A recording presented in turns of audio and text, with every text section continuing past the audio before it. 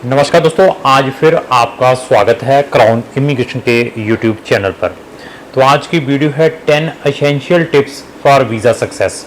तो मैं अभी आपको 10 ऐसे टिप्स बताऊंगा जिसमें आपका जो वीज़ा सक्सेस मतलब 90-95% बढ़ सकता है। मतलब आपको वीज़ा मिलने के काफ़ी चांसेस रहेंगे अगर आप ये 10 टिप्स यूज़ करते हैं। ये जो चीज़ें मैं क्यों बताता हूँ, जो मैं टिप्स भी बताने वाला हूँ, मैंने फिर बताया कि हमारे पास 100 कंट्रीज़ हैं जहाँ पर हम नंबर ऑफ़ स्टूडेंट्स को डालते हैं आइदर एडमिशन और वीज़ा के लिए। हमें मालूम है कि क्या क्या प्रिकॉशंस लेने चाहिए बिफोर अप्लाइंग द एडमिशन या वीज़ा। तो दैट रीज़न हम इस टाइप की वीडियोस बनाते हैं ताकि स्टूडेंट और पब्लिक अवेयर हों before applying any type of study visa. तो हम स्टडी वीज़ा के बारे में बात करेंगे। अगर आपने किसी भी स्पेसिफिक कंट्री में जाना है हायर एजुकेशन के लिए, हर एक कंट्री से रिलेटेड हमारी प्ले लिस्टें बनी हुई हैं हमारे यूट्यूब चैनल के ऊपर। उन स्पेसिफिक प्ले लिस्टों को फ्री ऑफ कॉस्ट वॉच करें और फ्री में इंफॉर्मेशन लें। Thereafter take the decision कि आपने अपना केस कौन से कंसल्टेंट के थ्रू अप्लाई करवाना है। अगर आप हमारी फ्री में असेसमेंट चाहते हैं तो 5 मिनट में हम आपकी free of cost assessment provide कर सकते हैं। आइदर स्टडी वीज़ा की है, आइदर टूरिस्ट वीज़ा की है, आइदर इन्वेस्टमेंट की है, आइदर MBBS अब्रोड की है। इन चारों के लिंक भी डिस्क्रिप्शन बॉक्स में लगाए हैं, वहां जाकर फ्री में असेसमेंट आप ले सकते हैं। उस फॉर्म को आप फिलअप करके मुझे भेजेंगे। तो हम आते हैं 10 essential tips for visa success, उसके बारे में डिस्कशन करेंगे। सबसे जो बड़ा इंपॉर्टेंट जो टिप है वो है कि always apply in the public and renowned universities in foreign. तो कोशिश करें जब भी आपने अपना एडमिशन अप्लाई करना है वहां की पब्लिक यूनिवर्सिटीज और रेनोड यूनिवर्सिटीज में अप्लाई करने की कोशिश करें। तो दिस इज द फर्स्ट जो प्रिकॉशन आपने लेना है। सेकंड प्रिकॉशंस, किसी भी यूनिवर्सिटी में या किसी भी एम्बेसी में कोई भी फेक डॉक्यूमेंट लगाकर आप अपना एडमिशन या वीज़ा अप्लाई करने की कोशिश ना करें। तो ये भी आपने प्रिकॉशंस लेना है। हमें मालूम है कि बहुत सी ऐसी एम्बेसीज हैं फॉरेन की जो बच्चों को 5 साल का बैन, 2 साल का बैन, 10 ईयर्स का बैन, परमानेंट बैन कर सकती है अगर आपके डॉक्यूमेंट विद फेक चीज़ों के साथ पकड़े जाते हैं। सिलेक्शन ऑफ कंट्री, तो सिलेक्शन ऑफ कंट्री भी बहुत ही इंपॉर्टेंट है before putting your applications either for admission और वीज़ा। सिलेक्शन ऑफ कंट्री में आपको ऐसी कंट्रीज भी मिल सकती हैं जो US कनाडा से भी अच्छी हैं, लेकिन आपकी रिसर्च बहुत इंपॉर्टेंट है। बट हमारे यहाँ पे क्या है, बच्चों का और पेरेंट्स का भेड़चाल ज़्यादा है। भेड़चाल मीन्स 5 कंट्रीज जो कि हर एक कंसल्टेंट के पास आपको मिल सकती हैं।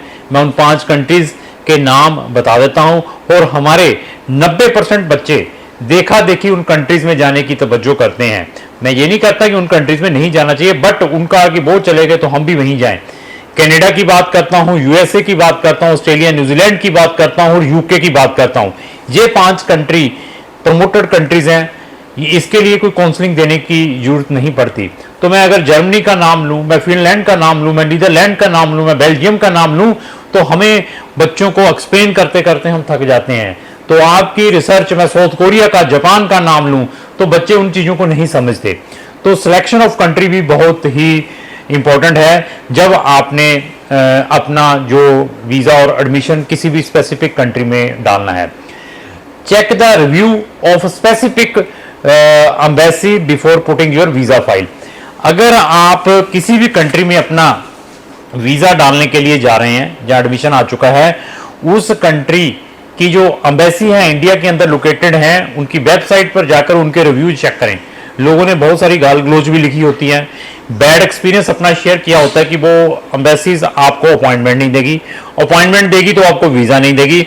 उन कंट्रीज को आपने अवॉइड करना है, उन एम्बेसीज को, नहीं तो फिर आपका अपना खुद का नुकसान होना है। Always take 2 or 3 substitutions. और आपने जब भी किसी कंट्री में अप्लाई करना है साथ में पैरेलल में 2-3 कंट्रीज के सब्स्टिट्यूशंस लेकर चलने हैं, क्योंकि लाइफ में कहीं पर भी 100% नहीं है। तो दिस इज अनदर प्रिकॉशंस। और प्रिकॉशंस क्या है, जो लोग आपको गारंटी वर्ड यूज करते हैं कि हम आपका वीजा 100% करवा कर देंगे, आपका वीजा हम 500% करवा कर देंगे, 1000% करवा कर देंगे, उन चीजों को भी अवॉइड करना है। क्योंकि जो आपको इन सब कंट्रीज के ऑप्शंस गारंटियां और वारंटियां वर्ड यूज करता है, तो वहां पर आप लेकर चलें कि आपका नुकसान ही होगा, कोई ऐसा बेनिफिट नहीं होगा। क्योंकि वो person, it is not the embassy, वो person, it is not the university, जो भी है डिसीजन है वो रिस्पेक्टिव एम्बेसीज ने देना है। तो अनदर वन, पर्सनल अपीयरेंस और प्रेजेंटेशन ऑफ योर फाइल, जहां पर आपकी पर्सनल अपीयरेंस है किसी भी एम्बेसी में, वहां पर प्रेजेंटेबल मैनर में जाना है, अच्छे क्लोथ, अच्छी पर्सनैलिटी में जाइए उन एम्बेसीज में जहां पर आपकी इंटरव्यू आती है। और इसके अलावा क्या है कि जहां पर आपकी किसी भी एम्बेसी में इंटरव्यू आती है, तो वहां पर आपने अपनी फुल प्रिपरेशंस करनी है अपने कंसल्टेंट के थ्रू, और आप उस कंसल्टेंट की सर्विस लेने की कोशिश करें जिस कंसल्टेंट को उस कंट्री से नंबर ऑफ ईयर का एक्सपीरियंस है। वो कहां से पता चल सकता है, उसकी वीडियोस वॉच करें, आपको आइडिया हो जाएगा कि इसने बहुत सारे बच्चों को उन स्पेसिफिक कंट्री के अंदर अपेयर करवाया हुआ है, इसको मालूम है कि वो स्पेसिफिक कंट्री स्टूडेंट से कौन कौन से क्वेश्चंस पूछ सकती है। और इसके अलावा क्या है, किसी भी एम्बेसी में, किसी भी यूनिवर्सिटीज में जब आपका केस अप्लाई होता है, आपको हर एक डॉक्यूमेंटों के बारे में मालूम होना चाहिए कि आपकी यूनिवर्सिटी के पोर्टल के ऊपर कौन से डॉक्यूमेंट अपलोड हुए हैं, आपकी एम्बेसीज की वेबसाइट के ऊपर कौन से डॉक्यूमेंट अपलोड हुए हैं। क्योंकि कुछ एम्बेसीज रैंडमली भी या कुछ यूनिवर्सिटीज रैंडमली भी आपको फोन पर कॉल कर सकती हैं, आपसे पूछ सकती हैं कुछ स्पेसिफिक डॉक्यूमेंटों के बारे में। अगर आपको उनका आइडिया नहीं है तो आपको रिजेक्शंस देखने को मिलेगी। और कोशिश करें कहीं पर भी अप्लाई करने से पहले मैक्सिमम से मैक्सिमम नॉलेज गेन करने की कोशिश करें। वहां की डिफरेंट जो भी यूट्यूबर्स हैं या कंसल्टेंटों हैं उनकी वीडियोस वॉच करें, ताकि आपका जो वीजा सक्सेस रेट है अच्छा मतलब हाई मिले। तो ये मैंने कुछ एसेंशियल टिप्स बताए थे वीजा सक्सेस के लिए। ये टिप्स भी मैंने तब बताए हैं क्योंकि ऐसी जो जनरल चीजें हैं ऑलवेज बच्चे फेस करते हैं। तो और इसके अलावा भी एक और टिप्स हैं। वो टिप्स क्या हैं, जिन बच्चों का number of times visa refuse होता है उनको तो बहुत सारे प्रिकॉशंस लेने पड़ेंगे। वो प्रिकॉशंस क्या हो सकते हैं, selection of country. Selection of country उन केसेस में बहुत ही इंपॉर्टेंट है। सिलेक्शन ऑफ कंट्री फिर आपको वही कंसल्टेंट बता सकता है जो नंबर ऑफ कंट्रीज को डील कर रहा है, उसको मालूम है कि आपका केस इन प्रीवियस 4-5 एम्बेसी से रिफ्यूज है। अभी क्या ये 4-5 एम्बेसीज फर्दर किसी कंट्री के साथ अपना डाटा शेयर करती हैं या नहीं करती, तो that is very very important. और इसके अलावा मैं बता दूं एसेंशियल टिप्स क्या है। आइदर आप एकेडमिक वाइज अच्छे होने चाहिए और आपकी जो इंग्लिश प्रोफिशिएंसी है वो कौन सी, आइल्स और पीटी और टॉफल व्हाटसोएवर। अगर आप एकेडमिक वाइज वीक हैं, आपके 50% मार्क्स हैं, तो आप ये लेकर चलें कि आपका आइल्स और पीटी अच्छा हो तो वो उसको पॉप अप कर सकता है।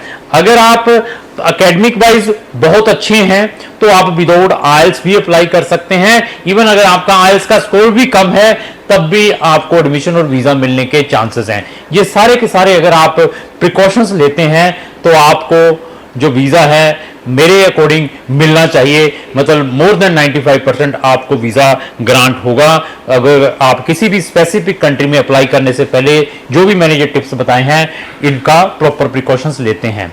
तो लास्ट में मेरी यही रिक्वेस्ट है कि अगर आपका कोई भी दोस्त फॉरेन के में किसी भी यूनिवर्सिटी में अप्लाई करवाना चाहता है अपना एडमिशन, या किसी भी एम्बेसी में अपना वीजा अप्लाई करवाना चाहता है स्टडी का, तो उसको जो वीडियो जरूर शेयर करें। अगर आपको जो मेरी वीडियो अच्छी लगी इसको लाइक एंड शेयर करना ना भूलें। Thank you.